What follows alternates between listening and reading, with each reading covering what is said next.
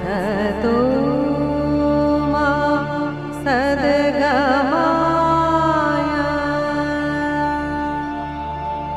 तमसो मा ज्योतिर्गमय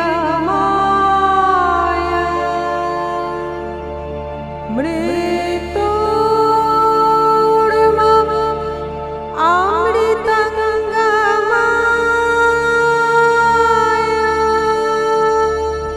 নমস্কার, লিপিকা বলছি। আমার রবীন্দ্রসঙ্গীত শিক্ষার ক্লাসে সকলকে জানাই উষ্ণ অভিনন্দন ও অভ্যর্থনা। আজ আমরা যে গানটি শিখব সেটি প্রেম পর্যায়ের এবং উপপর্যায় বৈচিত্র্য, তাল ত্রিতাল। আর গানটি পিলু রাগের প্রভাবে প্রভাবিত।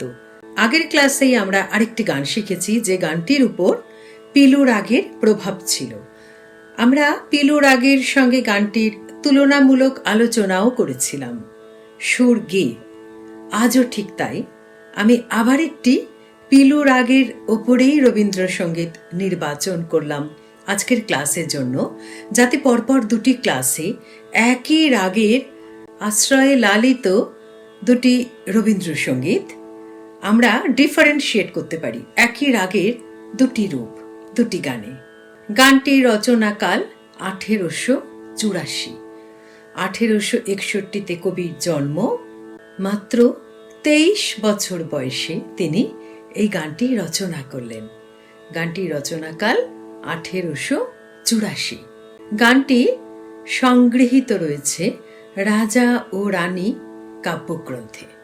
বিশ্বভারতী অনুমোদিত রবীন্দ্রসঙ্গীতের যে স্বরলিপির বইটি আমরা ফলো করে ক্লাসগুলি করি, যে স্বরলিপিটি আমরা অনুসরণ করি, স্বরলিপিগুলি যে গ্রন্থে সংগৃহীত রয়েছে সেই গ্রন্থের নাম স্বরবিতান। স্বরবিতানের 28তম খণ্ডে এই গানটি সংগৃহীত রয়েছে। এবার আমরা গানের বাণীটি একটু দেখে নিই। সখী ওই বুঝি বাঁশি বাজে, বন মাঝে কি মনো মাঝে। সখী ওই বুঝি বাঁশি বাজে, বন মাঝে কি মনো মাঝে।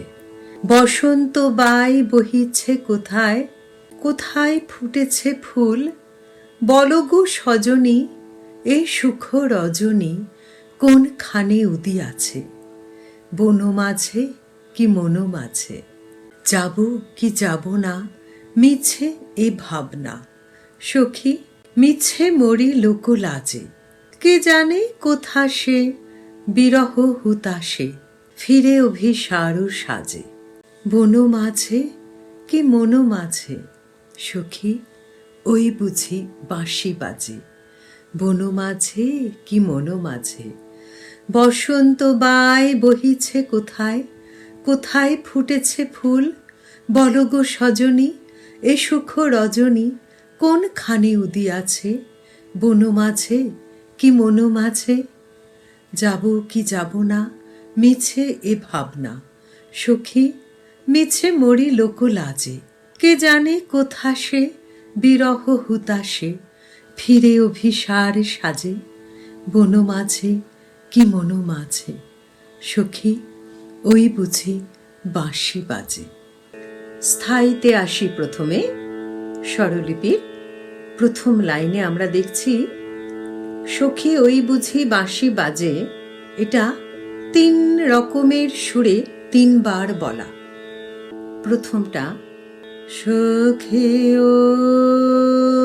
ওই বুঝি বাঁশি বাজে। সখী এটি আসছে 15 এবং 16 মাত্রাতে। তালটি শুরু হচ্ছে ওই এখান থেকে, কোমল গান্ধারে সোম। সখী ওই বুঝি বাঁশি বাজে। এটা হলো প্রথম বার বলা। দ্বিতীয়বার সখী ওই বুঝি মাপা মাগা। ভুললে চলবে না, এটা কিন্তু টপ্পা নয়, মাপা মা। পাশাপাশি সুরগুলি আমরা একটি মাত্রার মধ্যে স্পর্শ করার চেষ্টা করব বা বলার চেষ্টা করব। বুঝে বুঝে বাঁশে, রে কোমল গা এবং রে একসাথে, বাঁশে বাজে সুখে ওই বুঝে বাঁশে বাজে। শেষেরটি তৃতীয় সুরটি, তৃতীয়টি আলাদাভাবে করি। সুখে ওই বুঝে, ওই বুঝে রে গামা গারে সাম, ওই বুঝে বাঁশে বাজে। এবার তিনটি সুরকে নিয়ে একসাথে আমরা স্থায়ীটি গাইব। সুখে ওই বুঝে বাঁশে বাজে, সুখে ওই বুঝে বাঁশে বাজে, সুখে ওই বুঝে বাঁশে বাজে।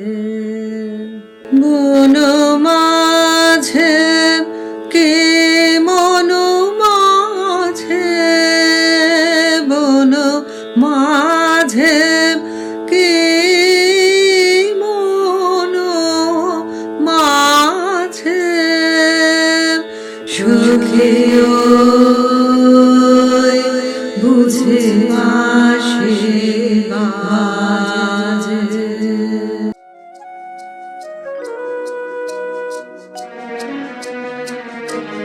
সুখে ওই বুঝে বাঁশে বাজে, সুখে ওই বুঝে বাঁশে বাজে, সুখে ওই বুঝে বাঁশে বাজে। রবীন্দ্রনাথ ঠাকুর শাস্ত্রীয় সঙ্গীতের বিশুদ্ধ বায়ুমণ্ডলে সুরের নিঃশ্বাস গ্রহণ করেছিলেন। বাল্য জীবনে তার মধ্যে সঙ্গীতের যে বীজটি বপন হয়েছিল, পরবর্তীকালে সেটি একটি মহীরুহে রূপান্তরিত হয়েছিল। তাই আমরা দেখি 61 বছর ধরে টানা নিরবচ্ছিন্নভাবে তিনি মনের আনন্দে শুধু সঙ্গীত সৃষ্টি করে গেছেন। বন মাঝে কি মন মাঝে, বন মাঝে কি মন মাঝে, সুখে ওই বুঝে বাঁশে বাজে। একের পর এক গান লিখে গেছেন নিবিড় আনন্দে, আর তার মধ্যে নতুন নতুন সুরের ফসল যেন ফুটে উঠেছিল। সুরকার ও রচয়িতা হিসেবে তার যে এই বৈশিষ্ট্য, তার মূল উৎস কিন্তু রয়েছে তার বাল্য জীবনের সঙ্গীত পরিমণ্ডলের মধ্যে। একদিকে দূর দূরান্ত থেকে আমন্ত্রিত গুণী শিল্পীদের কাছে শিক্ষা গ্রহণের সুযোগ, অন্যদিকে ঠাকুর পরিবারের শত উৎসারিত সাংগীতিক পরিবেশ। এই দুটির কারণেই কিন্তু রবীন্দ্রনাথ লোকোত্তর গীত প্রতিভার অধিকারী হয়েছিলেন। বসন্ত বহিছে কোথায় কোথায় ফুটেছে ফুল, বলো গো সজনে এসো রজনী কোনখানে উদিয়াছে। বিষ্ণু চক্রবর্তী ছিলেন আদি ব্রাহ্ম সমাজের গায়ক এবং ঠাকুর পরিবারের সঙ্গীত শিক্ষক। রবীন্দ্রনাথের সঙ্গীত জীবনে তিনি কিন্তু ছিলেন প্রথম সঙ্গীত গুরু। বিষ্ণু চক্রবর্তী খুব উদার চেতা ছিলেন। আমরা অনেকেই জানি তিনি ছড়ার ছলে গান শিখিয়ে দিতেন। বাংলা ছড়ায় রাগ রাগিনীর সুর বসিয়ে সহজ তালে তিনি ছোটদের গান শেখাতেন, অর্থাৎ গানের প্রতি আকৃষ্ট করতেন। একদিকে তার অগাধ পাণ্ডিত্য, অন্যদিকে রসবোধ, এই দুয়ের সংমিশ্রণেই তিনি ছিলেন একজন সার্থক শিল্পী। বন মাঝে কি মন মাঝে, বন মাঝে কি মন মাঝে, সখী বুঝে। সঙ্গীত জীবনের শুরুতেই এমন একজন উদার গুরু পেয়েছিলেন বলেই কবির অন্তরও সঙ্গীতের রসে অভিষিক্ত হয়েছিল। কোনো সংকীর্ণতার দ্বারা তার মন সংকুচিত হয়ে যায়নি। বিষ্ণু চক্রবর্তী বার্ধক্যের কারণে অবসর গ্রহণের পর কবির জীবনে আরও যে দুজন শিক্ষক এলেন আমরা জানি, তাঁরা হলেন কে? শ্রীকণ্ঠ এবং যদু ভট্ট। কবির ভাষায় তিনি তো গান শেখাতেন না, গান তিনি দিতেন। কখন যে তুলে নিতুম বুঝতেই পারতুম না। স্ফূর্তি যখন ধরে রাখতে পারতেন না, নেচে নেচে সেতার বাজিয়ে কি কাণ্ডই না করতেন। উঠোনে নেচে নেচে সেতার হাতে গান গাইতে থাকতেন। আমিও তখন না গাইলে ছাড়তেনই না, অর্থাৎ খেলার ছলে কত সুন্দর করে শিখিয়ে দিতেন। যদু ভট্টের প্রতি রবীন্দ্রনাথের শ্রদ্ধা ও ঋণ ছিল গভীর। তার প্রতিভায় কবি এতটাই মুগ্ধ ছিলেন, সেটিও কবির ভাষায় বলি, ছেলেবেলায় আমি একজন বাঙালি গুণীকে দেখেছিলাম, দান যার অন্তরের সিংহাসনে রাজমর্যাদায় ছিল। আই রিপিট, দান যার অন্তরের সিংহাসনে রাজমর্যাদায় ছিল। তার নাম নিশ্চয়ই তোমরা শুনেছ। তিনি হলেন যদু ভট্ট। কবির ভাষায় তার প্রত্যেকটি গানে একটি অরিজিনালিটি ছিল, যাকে আমি বলি স্বকীয়তা। কবির ভাষায় এটি হলো স্বকীয়তা বা অরিজিনালিটি। রবীন্দ্রনাথের বাল্যজীবনে সঙ্গীতের প্রভাব সম্বন্ধে আরেকটি কথা না বললেই নয়, সেটি হলো তার পারিবারিক আবহাওয়া। পিতৃদেব মহর্ষি দেবেন্দ্রনাথ ঠাকুর এবং বরদাদা দ্বিজেন্দ্রনাথের প্রেরণা ও উৎসাহ এবং জ্যোতিরিন্দ্রনাথের অভিভাবকত্ব, এর ফলেই রবীন্দ্রনাথের সঙ্গীত জীবন পরিপুষ্ট, সুগঠিত, বিকশিত হয়ে উঠেছিল। এত কথা বলার কারণ, আজকের গানটির স্বরলিপিকার ছিলেন দুজন, ইন্দিরা দেবী চৌধুরানী ও জ্যোতিরিন্দ্রনাথ ঠাকুর। এই জ্যোতিরিন্দ্রনাথ ঠাকুরের কতটা প্রভাব কবির ওপর ছিল সেটি বলতেই আমার এই কথাগুলি বলা। রবীন্দ্রনাথের গীতি প্রতিভার বিকাশে জ্যোতিরিন্দ্রনাথই ছিলেন প্রধান পথ প্রদর্শক, উৎসাহদাতা এবং পৃষ্ঠপোষক। এ কথা বললে অত্যুক্তি হবে না যে রবীন্দ্রনাথ কোনো উস্তাদের কাছে দীর্ঘদিন শিক্ষানবিশি করেননি। প্রকৃত অর্থে এই শিক্ষানবিশি তিনি করেছিলেন জ্যোতিরিন্দ্রনাথের অধীনে, ভিন্ন পদ্ধতিতে এবং ভিন্ন উদ্দেশ্যে। তার জীবন স্মৃতিতেই তিনি লিখেছেন, এক সময় পিয়ানো বাজাইয়া জ্যোতি দাদা নতুন নতুন সুর তৈরি করায় মাতিয়াছিলেন। প্রত্যহই তার অঙ্গুলি নৃত্যের সঙ্গে সঙ্গে সুরবর্ষণ হইতে থাকিত। আমি এবং অক্ষয়বাবু তাহার সেই সদ্যজাত সুরগুলিকে কথা দিয়া রাখিবার চেষ্টায় নিযুক্ত ছিলাম। গান বাঁধিবার শিক্ষানবিশি এই রূপে আরম্ভ হইয়াছিল।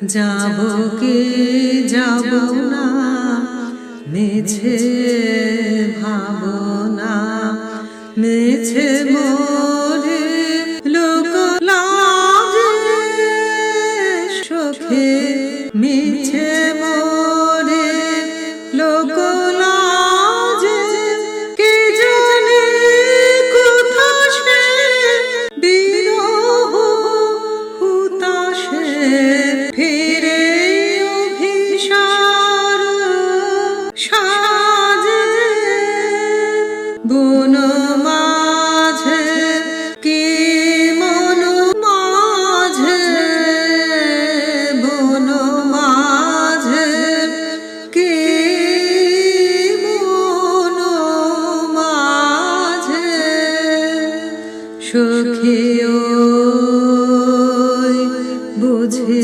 বাঁশি বাজে যাব কি যাব না মিছে ভাবনা মিছে মোরে লোক লাজে সখী মিছে মোরে লোক লাজে। এবারে আসি পিলুর আগে। আজকের গানটিও পিলুর আগের উপর তৈরি। রবীন্দ্রসঙ্গীতের আগে কিন্তু অভিজাত সঙ্গীত বলতে শাস্ত্রীয় সঙ্গীতকেই বোঝাতো, কিন্তু এর রূপ আর অন্তর্নিহিত রস সাধারণ মানের শ্রোতার পক্ষে খুব গ্রহণযোগ্য ছিল না। আবার আঞ্চলিক গান বা লোকগান যেগুলি, সেগুলির সেভাবে কোনো শাস্ত্রীয় ভিত্তি ছিল না, তাই সাধারণ শ্রোতার কাছে এর খুব কদর থাকলেও সর্বভারতীয় সঙ্গীতের মঞ্চে তার ততটা কদর ছিল না। রবীন্দ্রনাথ লক্ষ্য করেছিলেন কাব্যগান ও ছন্দ বাংলা গানের প্রাণস্বরূপ। অপরপক্ষে বা ওদিকে হিন্দুস্তানি রাগরাগিণীগুলির নিজস্ব ভাব প্রকাশের ক্ষমতা অজস্র এবং বিচিত্র। তাই কবিতার ভাব ভাষা আর ছন্দের সঙ্গে রাগ রাগিণীকে মিশিয়ে তিনি সঙ্গীত রচনায় আগ্রহী হলেন। ঠিক তখনই ভারতীয় সঙ্গীতের ইতিহাসে এক নবতম অধ্যায় শুরু হলো। কে জানে কোথা সে বিরহ হুতাশে ফিরে অভিসার সাজে বন মাঝে কি মন মাঝে বন মাঝে কি মন মাঝে। এবারে আসি পিলুতে। নে সাগার গা মা পা ধা পা নি ধা পা সা নি ধা পা মা গা নি সা গা নি সা পা দা নি সা রে গা সা রে পা মা গা রে সা। সখী ওই বুঝে বাঁশি বাজে পাদানি সারে গা সারে পামা গারে সা। বন মাঝে কি মন মাঝে বন মাঝে কি মন মাঝে সখী ওই বুঝে বাঁশি বাজে নে সা গা মা পা পা মা গা রে সা নি সা গা রে সা নি সা নি নি ধা পা মা গা রে সা। যাব কি যাব না মিছে ভাবনা পদনি সারে গা সারে পা মা গা রে সা। মিছে মোরে লোক লাজে নি সা গা মা পা দা পা মা গা রে সা নি সা। সখী ওই বুঝি বাঁশি বাজে, সাগারে গা সারে নি সা রে সা নি ধা পা পা দা নি সা গা রে সা গা মা দা পা মা গা রে সা। বনো মাঝে কি মনো মাঝে, গা মা দা পা মা গা রে সা নি সা গা মা পা গা মা পা পা মা গা রে সা নি সা গা রে সা নি সা নি নি ধা পা মা গা রে সা। একদম যেন একজন অপরের পরিপূরক হয়ে গেছে।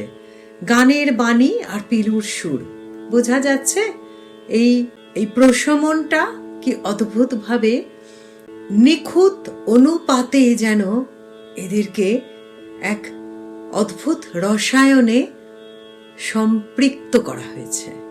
কতটা গুণীর পক্ষে এটা করা সম্ভব? হ্যাঁ, তিনি যখন সৃষ্টি করতেন তার গানে ভাবই মুখ্য। এই ভাবকে মেনটেন করবার জন্য তিনি যা কিছু অনুকূল বলে মনে করেছেন সেটাই করেছেন।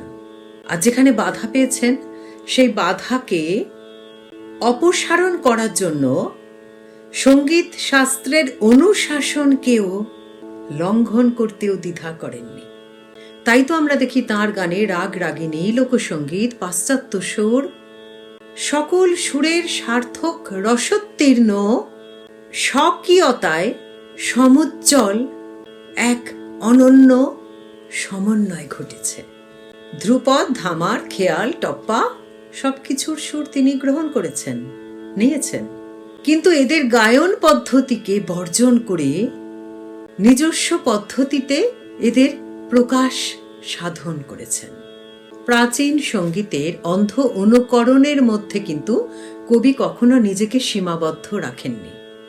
গানের অন্তর্নিহিত ভাবকে ফুটিয়ে তোলার জন্য তিনি যেসব সুর প্রয়োগ করেছেন অনেক ক্ষেত্রেই কিন্তু আমরা দেখি সেগুলি শাস্ত্রীয় সঙ্গীতের নিয়ম কানুনকে ছাড়িয়ে গেছে। তার রাগ মিশ্রণ এবং বিবাদী স্বরের প্রয়োগ লক্ষ্য করলেই কিন্তু সেটা বোঝা যায়। ছন্দের ক্ষেত্রেও কিন্তু তিনি ভাবকে অগ্রাধিকার দিয়েছেন। গানের ভাব অনুযায়ী তিনি উপযুক্ত ছন্দকে সেই গানে এনেছেন এবং প্রয়োগ করেছেন। প্রয়োজনে নতুন তালের সৃষ্টি করেছেন। সব নিয়মকে তিনি ভেঙেছেন। তিনি কিন্তু এক নতুন পথের দিশাও দেখিয়েছেন। বনো মাঝে কি মনো মাঝে, বনো মাঝে কি মনো মাঝে, সখী ওই বুঝি বাঁশি বাজে। শ্রদ্ধাবান লভাতে জ্ঞানম, রবীন্দ্রনাথের গান আমরা যারা গাইছি আমাদের সবার অবশ্যই কবির প্রতি গভীর শ্রদ্ধা আছে। তার সৃষ্টির প্রতি আমরা নিশ্চয়ই আস্থাবান ও শ্রদ্ধাশীল। সেই শ্রদ্ধা ও বিশ্বাসকে সঙ্গে নিয়ে নিজের উপলব্ধিকে সজাগ রেখে যদি আমরা রবীন্দ্রসঙ্গীত গাই, সেই গানের মাঝে নিশ্চয়ই মিলবে এক আনন্দ। কিসের আনন্দ? মুক্তির আনন্দ। রবীন্দ্রসঙ্গীতে সৃষ্টির যে গভীরতা এবং ব্যাপকতা, যদি তার সামান্য অংশ আমরা বুঝে থাকি তাহলেই সকলকে অবনত হতে হয়। এই প্রসঙ্গে স্বরলিপি নিয়ে আমি একটি কথা বলি। নিতান্তভাবে স্বরলিপিকে অনুসরণ করে গেয়ে যাওয়াটা কিন্তু গান নয়। সেটি কি হয়? সেটি স্বরগুলিকে বলে যাওয়া হয়, স্বরগুলিকে গেয়ে যাওয়া হয়। আমি আগের ক্লাসেও ঠিক এই একই কথা বলেছি। তাতে কি হয়? সেই গানেতে ভাব সম্পদের অভাব থেকে যায়। বিশুদ্ধ নিষ্প্রাণ, ঠিক বললাম? বিশুদ্ধ কিন্তু নিষ্প্রাণ। স্বরলিপি কি? স্বরলিপি হলো একটি সুরের কাঠামো মাত্র। দেশের মানচিত্র দেখে, কোনো একটি দেশের ম্যাপ দেখে কি আমরা সেই দেশটার সম্বন্ধে ধারণা করতে পারি? তার লোকেশনটা বুঝতে পারি, তার জিওগ্রাফিক্যাল পজিশনটা বুঝতে পারি, কিন্তু সেই দেশটির সম্বন্ধে ধারণা করতে গেলে আমাদের সেই দেশটিকে জানতে হয়, তার প্রাকৃতিক, সামাজিক, অর্থনৈতিক, ধর্মীয় সব বিষয়গুলি সম্বন্ধে অবগত হতে হয়, তবেই তো তাকে জানা যায়। সঙ্গীতও ঠিক তাই। যিনি গাইছেন তার সাংগীতিক চেতনা, স্বরবোধ, রসবোধ, রুচিবোধ, কাব্য উপলব্ধির বোধ, সর্বোপরি এক পরিপূর্ণ শিল্প চেতনা থাকা প্রয়োজন। স্বরলিপি কি দেয়? স্বরলিপি কি ভাব বলে দেয়? ভাবের সন্ধান দেয়? দরদ, দরদ দিয়ে গাই যে গানটা, সেই দরদটা কি লেখা থাকে স্বরলিপিতে? লয়টা বলে দেয়? কিচ্ছু বলে দেয় না, শুধু স্বরগুলো বলে দেয়, কাঠামোটা বলে দেয়। এইখানে শিল্পীকে তার নিজের যে সম্পদ, কি সেটা? তার দরদ, সেটি ঢেলে দিয়ে এই ফাঁকগুলি পূর্ণ করে দিতে হয়। একটি গান বারবার, অনেকবার, বহুবার গাইলে তবেই তার উপর একটি দখল আসে। তখন কি হবে? তখন চোখের সামনে থেকে ধীরে ধীরে এই স্বরলিপির স্বর সমষ্টিগুলি অবলুপ্ত হয়ে যাবে। বোঝা যাচ্ছে আমি কি বলছি? তখন সেই গানটি হয়ে উঠবে শিল্পীর নিজস্ব গান। বারবার আবৃত্তি করলে যেমন অত্যন্ত কঠিন একটি কবিতাও কিন্তু ধীরে ধীরে সহজ হয়ে যায়, অর্থটি উপলব্ধি করা যায়, সরস হয় কবিতাটি। এখানেও ঠিক তাই, সুর বারবার গাইলে তবেই হয় প্রাণ প্রতিষ্ঠা। কথাটা যেন মনে থাকে। কি বললাম? সুরকে বারবার গাইলে তবেই তাতে প্রাণ প্রতিষ্ঠা হয়। ওই যে স্বরলিপির রূপটি, সেটি হলো মৃন্ময়ী রূপ। যখন আমরা তাতে প্রাণ প্রতিষ্ঠা করব, সেটির ভেতরে ঢুকে যেতে পারবো, তখন কিন্তু সেটি চিন্ময়ীতে রূপান্তরিত হবে। তখনই সেটি গান হয়ে ফুটে উঠবে। ওই স্বরলিপির শুষ্কতা থেকে মুক্তি পেয়ে তখন সে কি হবে? প্রাণবন্ত ও সজীব হয়ে উঠবে। স্বরলিপি লেখার উদ্দেশ্য হলো গানের সুরটাকে ধরে রাখা, স্ট্রাকচারটাকে, কাঠামোটাকে। শিল্পীর স্বাতন্ত্র্যবোধ থাকবেই, তবে সে যখন শিক্ষার্থী তখন কিন্তু তাকে কঠোর সংযমের মধ্যে দিয়ে চলতে হবে। কি সেটা? শিক্ষা নিয়মকানুন মেনে স্বরলিপির স্বরগুলিকে অবলম্বন করে অতি সন্তর্পণে সংযতভাবে তাকে চলতে হবে। রবীন্দ্রনাথের সব গানই তো স্বরলিপিতে বাঁধা, তবুও আমরা কিন্তু দেখি বিভিন্ন শিল্পীর কণ্ঠে এক একটি গান এক এক রকমের শুনতে লাগে, তাই না? সেটা কেন হয়? একই তো গান, একই স্বরলিপি, সবাই তো একই গান গাইছেন।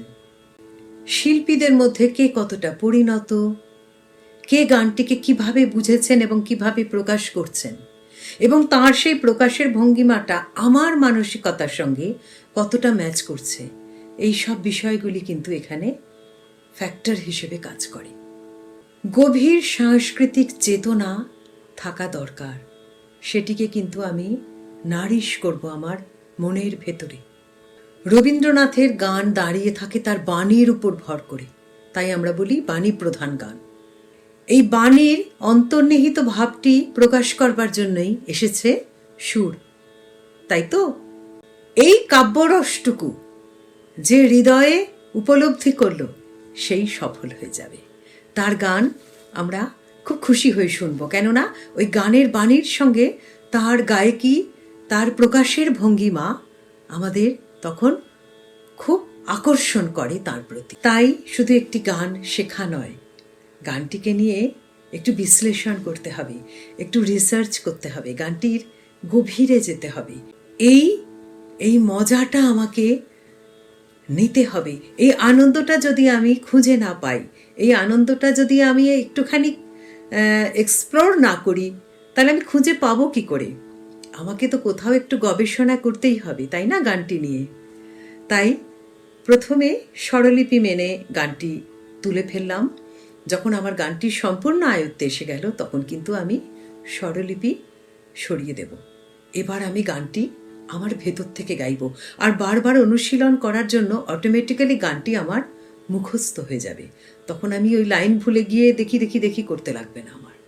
বা নিশ্চয়ই গাইতে গেলে আমি স্বরলিপি ভুলে যাব না, কেন ভুলবো? আমি তো ওইটাই হচ্ছে আমার প্রথম শিক্ষার সিস্টেমটা, কাঠামোটা, সেটাকে তৈরি করা। আমি প্রথম থেকেই সব বুঝে গেছি, এক লাইন গাই, হয়ে গেছে, পরেরটা কি আছে দেখি, সেটা নয়। ওই এক একটি লাইন 10 বার গাইলে 10 রকম আমি তার অ্যাঙ্গেল দেখতে পাবো। এটাই আমার বক্তব্য। অনেক বকবক করলাম, আজ আসি, দেখা হবে আবার পরের পর্বে। हसतो मा सद्गमाय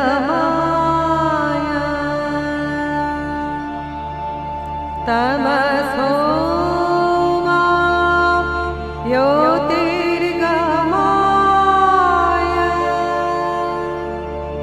मृत्युञ्जयो